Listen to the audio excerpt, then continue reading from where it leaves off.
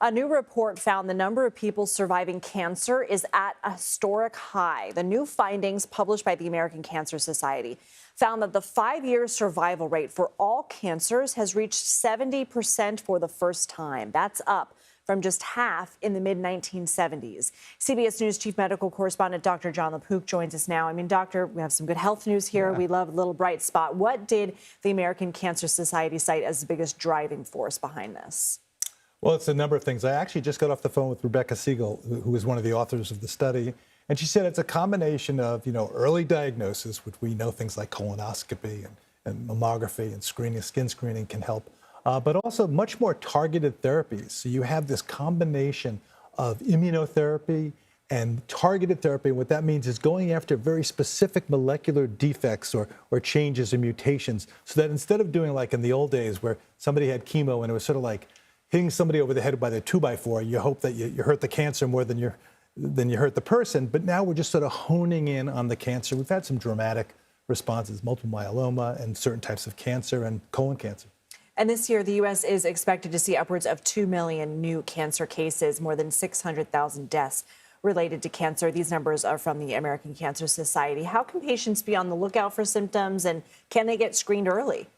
They can get screened early, and Rebecca Siegel, again, who was a co-author, really wanted me to emphasize two things. One is, there are screening lung CT scans, and if you have a 20-pack year history of smoking, and that means, a pack year is you smoke 1 pack a day for a year, that's a pack year.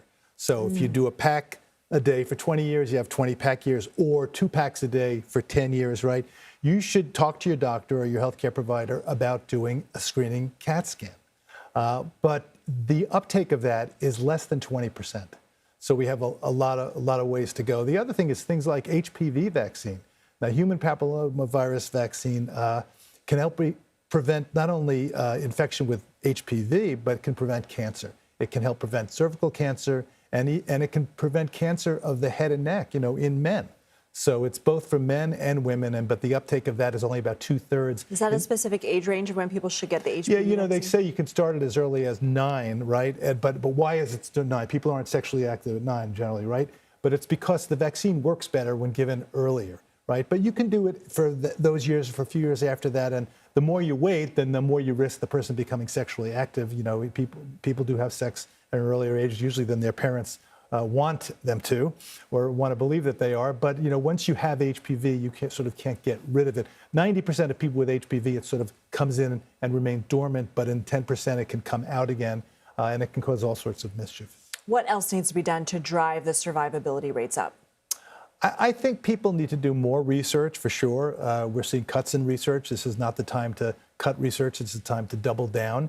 And I think people really need to talk to their healthcare provider about what they can specifically do. We know obesity is linked to cancer, increased risk of cancer. So you want to try to take care of that. I know it's hard. We have these medications now that can help you lose the GLP-1 agonists. Never start smoking. So smoking was 42% in the 60s. It's now down to 11%. But smoking still causes 500 deaths a day in the United States. You want to do one thing? Don't start smoking. And if you have a loved one who's smoking, tell them, please, I love you, stop smoking. News you can use. Dr. Jon LaPook, thank you.